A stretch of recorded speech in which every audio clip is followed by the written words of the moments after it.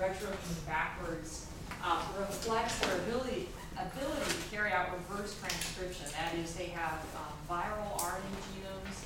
They have this incredible enzyme called reverse transcriptase, which can use a single-stranded viral genome as a template. First, make one complementary strand of DNA, and then that same enzyme can use that strand of DNA to make the second strand of DNA.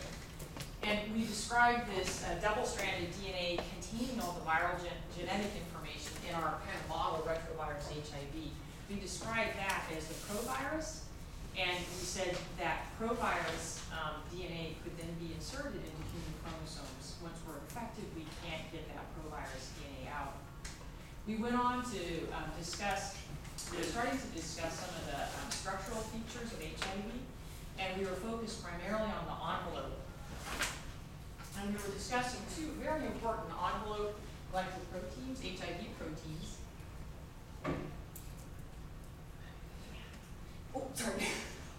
No. Okay. So in this picture, just to get you oriented, this would represent the surface of a human cell, a host cell. And you'll recall that one of the primary receptors for HIV is the CD4 molecule. So HIV is going to target primarily CD4 positive cells in our bodies.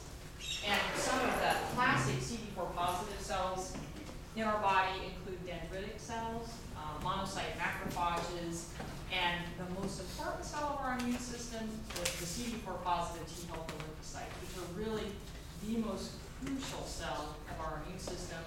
The T helper lymphocytes coordinate responses of all the other cells in the immune system.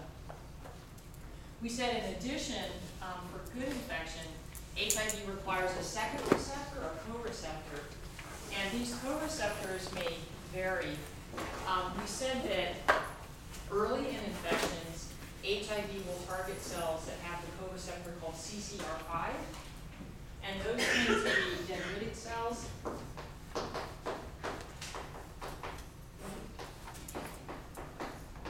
And members of the monocyte macrophage line. We had discussed how it's been discovered that some people that have mutant CCR5s may be resistant to HIV infection, or if they do become infected, they never progress to AIDS. And so this, you'll see, provided insights into how drugs perhaps could be used to block attachment to the CCR5 receptor.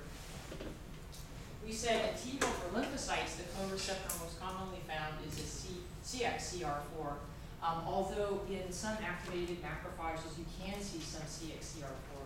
But we usually associate CCR5 with macrophages. CXCR4 is a co-receptor for T helper lymphocytes. So what we're going to do then is we're just going to walk through the steps of HIV replication. So here's the HIV enveloped virus. We said the fact that it's enveloped is wonderful news. That means that it will not remain infectious in the environment for long periods. Anything that damages this delicate envelope will make the virus non-infectious.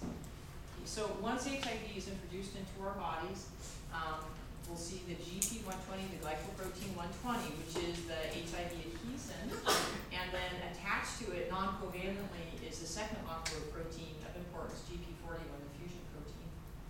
So what we see here is GP120 first binds to the CD4 molecule on our cells, and that will cause a conformation change in GP120 that then permits it to bind to the co-receptor.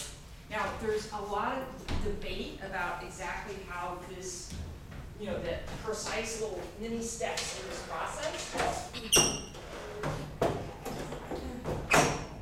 So I'll try to give you after looking into several papers. This picture is maybe a little bit misleading, but after binding to CD4, conformational change in GP120, and with those conformation changes, it reveals the co-receptor binding sites on GP120. And that's like a step that we aren't seeing here. GP120 would then be able to bind to the co-receptor. Now, and this is the part that I was struggling with reading the research papers.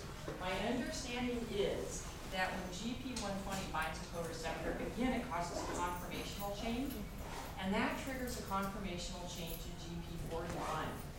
And as a result, the GP41, they talk about it being spring-loaded. It can insert itself into our cytoplasmic membrane, and that's what triggers fusion.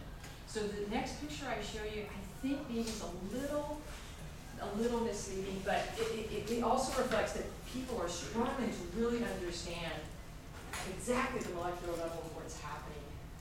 So we can see here in this particular model, it looks like that when GP120 binds CD4, and then binds the co-receptor, in this model they're showing that GP120 is actually removed from the fusion protein GP41.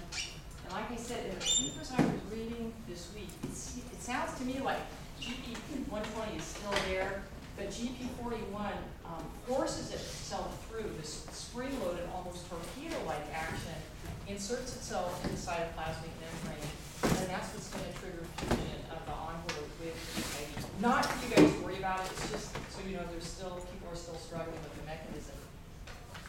We want to remember that the consistency of our cytoplasmic membrane feel like olive oil, and likewise we want to remember that HIV envelope, it's stolen human cytoplasmic membrane, right? So it's easy for us to imagine how the envelope could literally melt into the cytoplasmic membrane. And what that will permit is entry of the capsid carrying the HIV RNA into the cytoplasm of our cell, and then we're in big trouble. This is just an electron micrograph of HIV binding to a human cell. And we just want to remember that if we could somehow block that attachment, we're going to block infection. Now, I know this is really detailed and it's really hard to see. I'm going to go ahead and use it to kind of help you remember all the steps.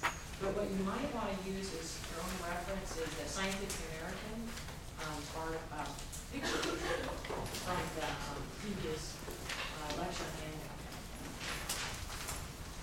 So this is the big overview. So here we have absorption or attachment of HIV using GP120 with the CD4 co-receptor. With the GP41, we're going to get fusion, and with the fusion, the HIV envelope melts into our cytoplasmic membrane. That permits entry of the HIV capsid carrying the HIV RNA into the cytoplasm of the cell. Now, HIV capsids, not only do they carry two identical strands of single-strand RNA, but they also carry preformed reverse transcriptase and integrase, two important enzymes in the next steps. So once the capsid is disassembled, we want to remember the capsid is made of protein subunits. It can be taken apart or disassembled. That releases the HIV RNA into the cytoplasm. And it's at that time that the HIV reverse transcriptase uses the HIV RNA as a template to make first one complementary DNA strand, and then the reverse transcriptase uses that strand as a template to make a second complementary DNA strand.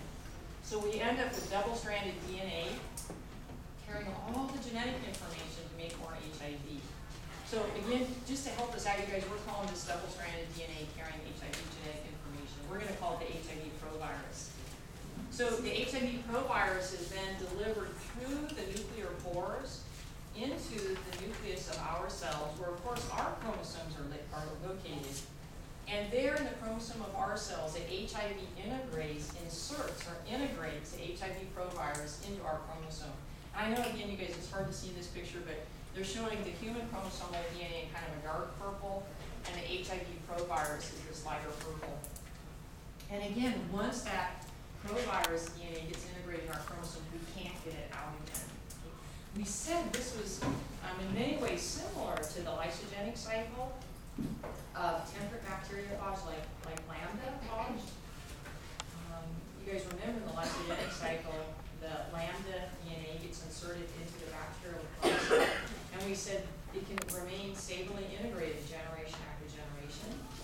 But a difference between the temperate bacteriophage and HIV provirus, you all will remember that those temperate bacteriophage, if triggered, they can be induced to leave the lysogenic cycle. They can cut themselves out of the bacterial chromosome and then enter the lytic cycle. That does not happen. That does not happen with HIV provirus. They remain integrated into our chromosome. Now, what's really intriguing is the provirus may cause what are called latent infections. That is, our cells are infected, but the HIV viruses are not being actively replicated. So that would be a latent infection. And it's, they think it's only when the white blood cell, whether it's a macrophage, a dendritic cell, or a T helper lymphocyte, is activated by chemical messengers, by invading pathogens, that replication of the HIV is triggered. Okay, so this is a problem. You know, there were so many hopes following some of the HIV drug developments that folks, they would take the drugs, and it would appear that you no longer saw HIV in the bloodstream, right? But as soon as the folks would be taken off the drugs, here comes the HIV again. And part of it is it's probably remaining in this latent stage in many of our cells, you know, but then they can be triggered and they'll start replicating. Okay, so let's presume that we've triggered HIV replication in this cell. And so this, oh my goodness, you guys, this is just wild. So our RNA polymerases will transcribe the HIV provirus into HIV RNA. And if we think about HIV RNA, there's two needs for HIV RNA. Some of the HIV RNA will become the genetic information for new HIV, right? Because the HIV genome is RNA. So some of that RNA will become HIV genetic information for the new HIV. But then other of the HIV RNA will act as HIV messenger RNA. It'll be delivered back to the cytoplasm where power ribosomes will attach to it and translate the mRNA into HIV proteins. Okay. Now, I just want to stop right here and share with you a real important point, and that is why HIV has an incredibly high mutation rate. Okay, so we're just going to back up. So you all know that RNA polymerases don't proofread, right? So at this point, when we're getting transcription of the HIV provirus and we're making the new HIV RNA, we know that RNA polymerase makes lots and lots of mistakes. So we're going to have a high mutation rate when that HIV RNA is made. But in addition, you guys, back up here, reverse transcriptase does not proofread. So we see here with HIV, we have two critical steps in which we have incredibly high mutation rates. So this helps us understand why HIV, even for an RNA virus, has incredibly high mutation rates. Two steps where the genetic information, when it's being copied, is going to, will have lots and lots of mistakes, lots and lots of mutations. Okay, now there's something really interesting about oh, I'm sorry, yeah, sure. You said it could remain latent. How exactly can it be triggered? Like, what can trigger it? Right, so the cells that it's infecting, the macrophages, the dendritic cells, the T helper lymphocytes, they're activated by encounters either with antigens, like invading pathogens, toxins, vaccinations can do it, and for example, the macrophages can also be activated by chemical messengers that are released by other cells. But activation, we would say in general, just to make it general, is when we get infected with something, that's going to help trigger activation of those infected cells.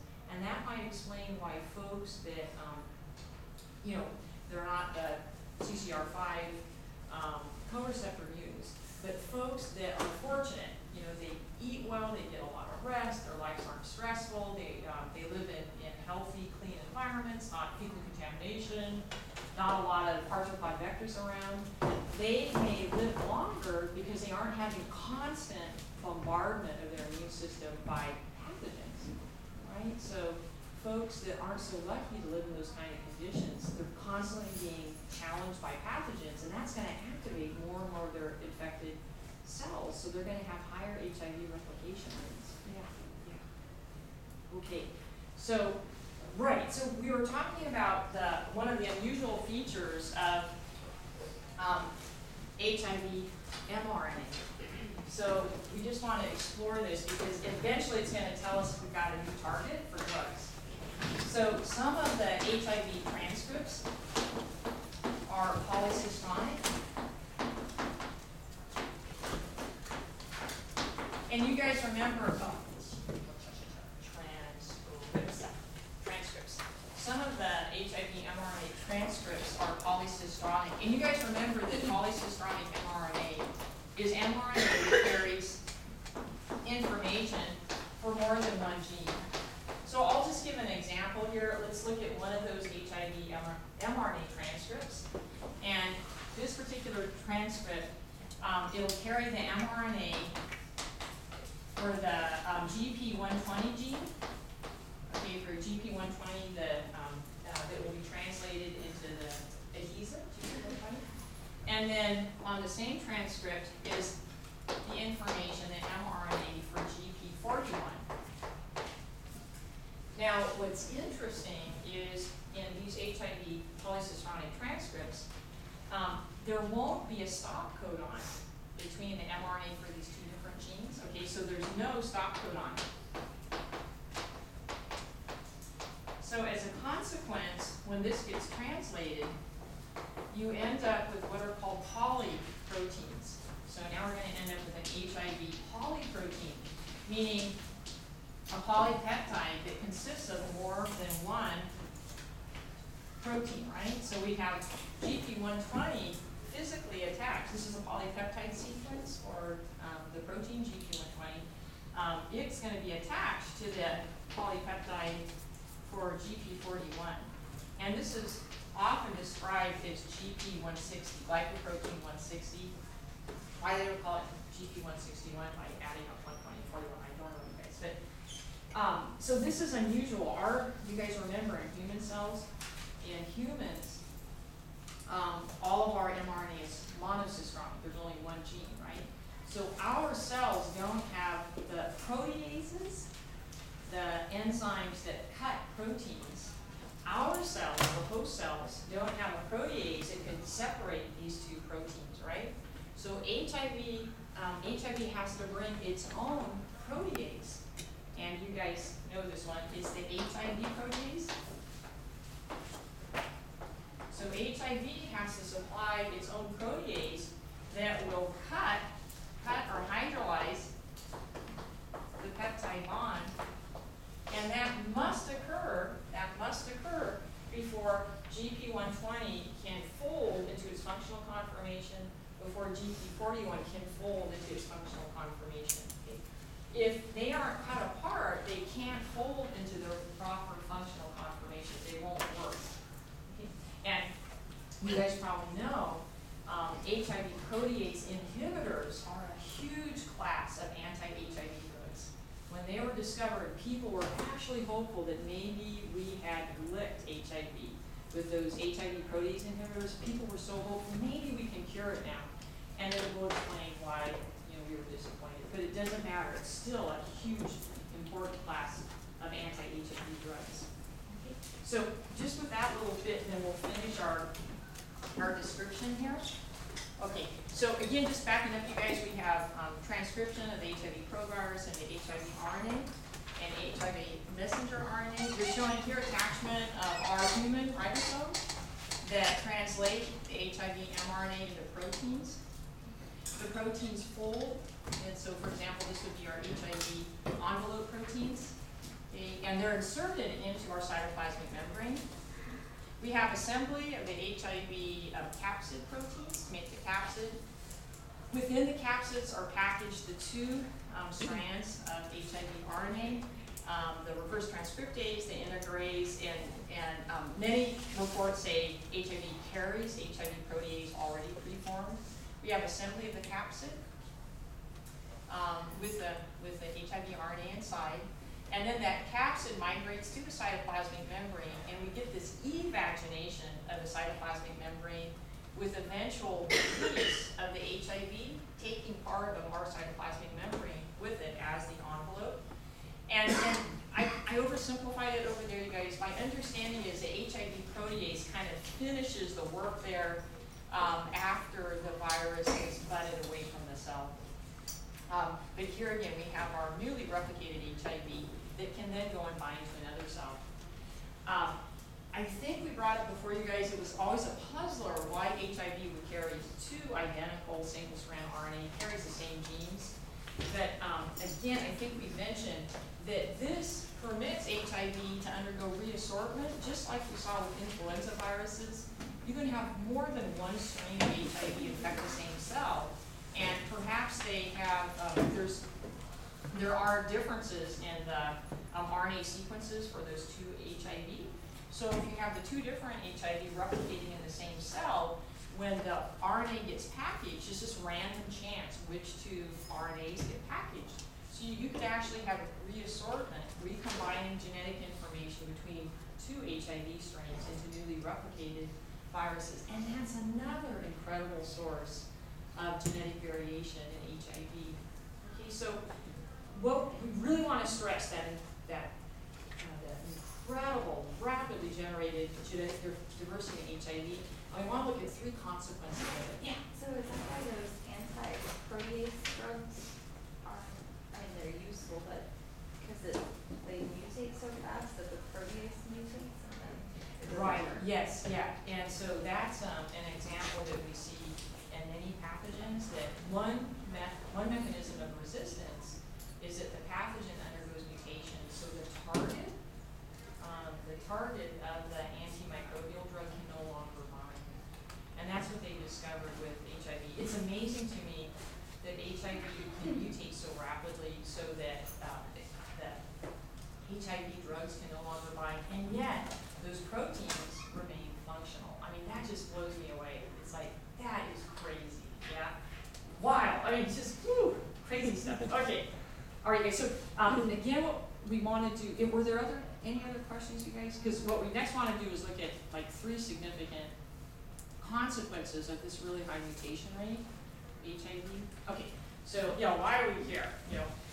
So high mutation rate and this ability to recombine, mix information from different HIV strains.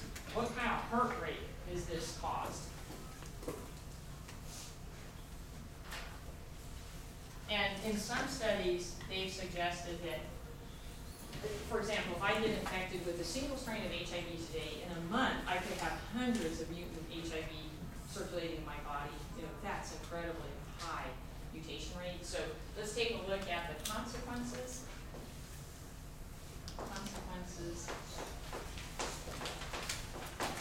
Of high mutation rates. And, that reassortment that we discussed. The mixing of RNA strands from different HIV into newly replicated and reassortment of HIV.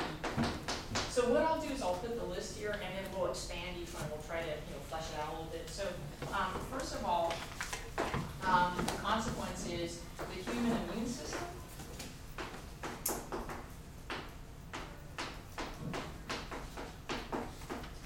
cannot respond effectively to these to the mutant HIV. And what we're going to do here is we're going to see the consequence to our CD4 positive T helper lymphocyte concentrations in our body. What happens when finally HIV just wipes out those T helper lymphocytes? What are the consequences?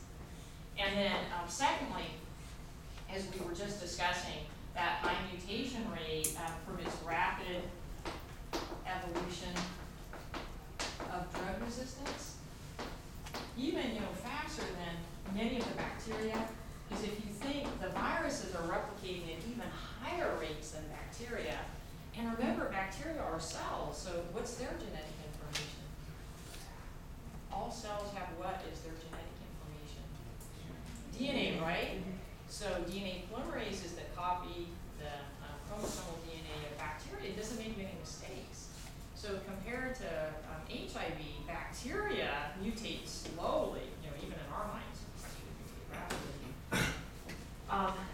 Right, so these guys are mutating even rapidly, they have higher replication rates, so we're going to even see even faster drug resistance. And then the other big heartbreak for us is that so far it's been impossible to develop an HIV vaccine. It's, you know, this has been crazy. People have been trying so hard because really, you guys, I think this is the ultimate answer. That's really, really, really what we need to get a handle on HIV. We really need an HIV vaccine. Okay, so like I said, we just want to flesh this out a little bit. Okay, so we're going to focus in on the Achilles heel of the immune system. And we want to take a look at what are normal T helper lymphocyte concentrations in blood. So in the normal person who has a strong active immune system, CD4 positive T helper lymphocytes usually range between 800 to 1,000 T helpers per microliter of blood. Okay, so that's sufficient T helpers for you to trigger really strong cell-mediated immune responses. It helps you trigger production of memory cells. Nice, strong immune response. Now the problem is in when we get infected with HIV is going to end up killing T helper lymphocytes. And it's also really intriguing, guys. This is an aside. Don't worry about this. But it's not only the T helpers that are infected with HIV that end up dying. There are bystander T helper lymphocytes that are not infected that end up dying. And that's a huge area of research. It's like, how is HIV killing these T helpers that aren't even infected? A lot of research going on there. But T helpers have the capacity to multiply. We'll be describing clonal expansion of T helpers when we get into the last part of the course. T helpers can multiply. They can create genetic clones of themselves. So when our body is infected and the T helpers are being destroyed, our T helpers can replicate. They can reproduce, right? But the problem is HIV is faster. It's a faster killer. It can kill more T helpers than we can regenerate. So that the average loss of T helpers in kind of your average HIV patient, the range that they've done from studies is usually there's a loss of 40 to 80 T helpers per microliter of blood per year. So for example, if I got infected with HIV today, I would presume in 10 years, 10 years times 80 T helpers lost a year, I would have lost, after a 10-year infection, I would have a total loss of how many T helpers. If we use that value, then I'm going to lose 80 T helpers per microliter of blood per year. After 10 years, how many T helpers have I lost per microliter of blood? So if we take 10 years times 80 T helpers lost per year, that would be what?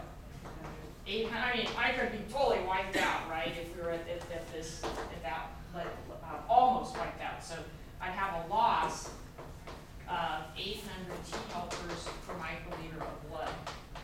So if I start out with 1,000, you guys, if it's down in the upper end of normal, I start out with 1,000 T helpers per microliter of blood, and after 10 years of HIV infection, I lost 800. How many do I have left?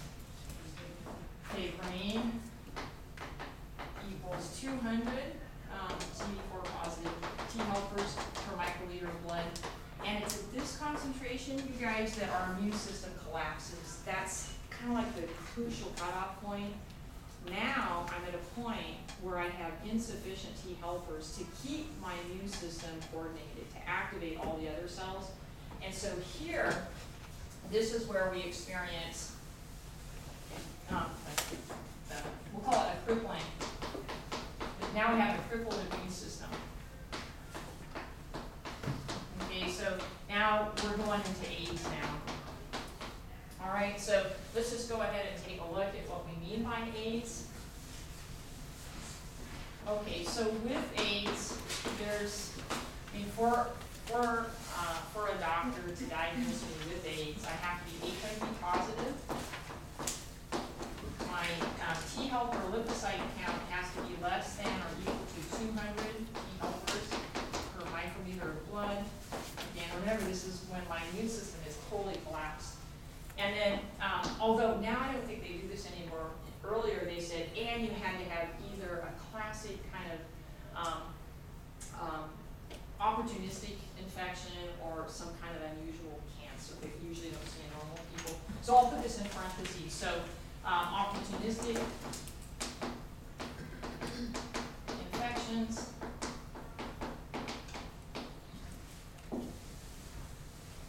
unusual cancers, and this is simply a reflection that your immune system has collapsed. You know, pathogens that normally wouldn't cause serious disease in immunocompetent people now can kill you. If you are infected with a highly virulent pathogen, usually there's a rapid death. Okay, so, and I'll just go back, you guys, and give you some values here. So, as we said, on average, kind of the average progress of HIV is, so you get infected, and on average, it usually takes about 10 years before you develop signs of being immunocompromised. Okay? And usually from, so usually on average, we'd say about 10 years till you actually develop the problems associated with a collapsed immune system. And usually, it's 1 to 2 years from the onset of immune collapse that usually end up dying. And again, it can often be death from these opportunistic pathogens, from reactivation of a virulent pathogen like TB, or it could be death through unusual cancers like sarcoma. Now, this is without therapy. So this is huge, guys. This has changed so much. This was like, folks, so I'll put without RX, without therapy. This is what folks were facing, back in the 80s. So, let's see here. AIDS was described in 1981. The virus was identified in 1983, right? So at that time, those folks that were infected, this was kind of what they were looking at. And the folks that had developed AIDS, obviously, they'd probably been infected like 10 years prior. So that was without therapy. And now, this is totally different now that we have our highly active antiretroviral therapy, the HAART therapy, which we will discuss. Okay. All right. So, again, if we go back and we say, well, gosh, is our immune system, what is our immune system doing all this time, right? Well, of course your immune system is responding. Like day one, when I get infected with that first HIV, my body is triggered to start making neutralizing antibodies against GP120, right? I'm going to activate my cytotoxic T lymphocytes that will try to destroy my cells that are infected with HIV. But remember that mutation, right, you guys? So if in a week or two I've got, like 24 mutant strains of HIV, it's possible the antibodies that were triggered by the initial strain, those antibodies perhaps can't bind to the mutant strains. The cytotoxic T lymphocytes that are activated by the first strain, perhaps they can't identify the proteins produced by the mutant strains that are now affecting my cells. So that's the problem. Your immune systems are so heroic. They are trying so hard to protect you against these viruses that they're mutating so rapidly, your immune system can't keep up with them. And then once, sufficient T helpers are destroyed, that's it. The game's over, right? So that's why this is, this rapid mutation rate really helps understand why we usually can't clear these viruses by ourselves. And then the rapid evolution of drug resistance, you want to follow up on this one, you guys. And this, this is really, there's good news here. There's some really, really good news here. And what I tried to do was organize the present arsenal of antiretroviral drugs. If you took your HIV replication diagram and turned it over, what I tried to do is create a table here that lists different classes of antiretroviral drugs, not based on when they were developed, but based on sequential steps of HIV replication that each drug class inhibits. Yeah. Do you happen to have a next one? Yeah. Let me see here. Yes, I can give you this one. Okay. Can you guys pass it back? Thank you. Okay. So what I'm going to do is just jump just a tiny bit, you guys, just to give you the history. 1983, the HIV is identified as the cause of AIDS. Okay, now when this guy first came out, it wasn't until 1987 that the first HIV drug was developed, and this was ACT. And ACT, it's 1, 2, 3, it's the third drug class down. It's a nucleoside analog, and it inhibits function, nucleoside lookalike, and it inhibits reverse transcriptase. This unique HIV enzyme, reverse transcriptase. And oh my goodness, so much hope. Okay, maybe now, folks that are infected, maybe they're going to be okay. But what happens, you guys? With a single drug therapy, you are asking for trouble. Because on single drug therapy, it is so easy. You get rapid evolution of drug resistant. So ACT resistant. And I put R with a circle around it for resistant HIV. So I haven't looked this up, you guys. I haven't looked up how soon after ACT was introduced that they saw the first HIV resistant. I'm going to guess a year, and it might have been shorter than that. So now we've got all these ACT resistant strains of HIV. So then this is when in 1995, down at the very bottom, you guys, and I remember this. Oh, it was all over the magazines. Everyone was so excited. So in 1985, 1995, I'm sorry. So much hope, because now we've got HIV protease inhibitors. Oh man, it was so hopeful. Maybe we got a lick, right? So folks that were suffering from ACT-resistant HIV, they put them on protease inhibitors. And here's the problem, you guys. That is described as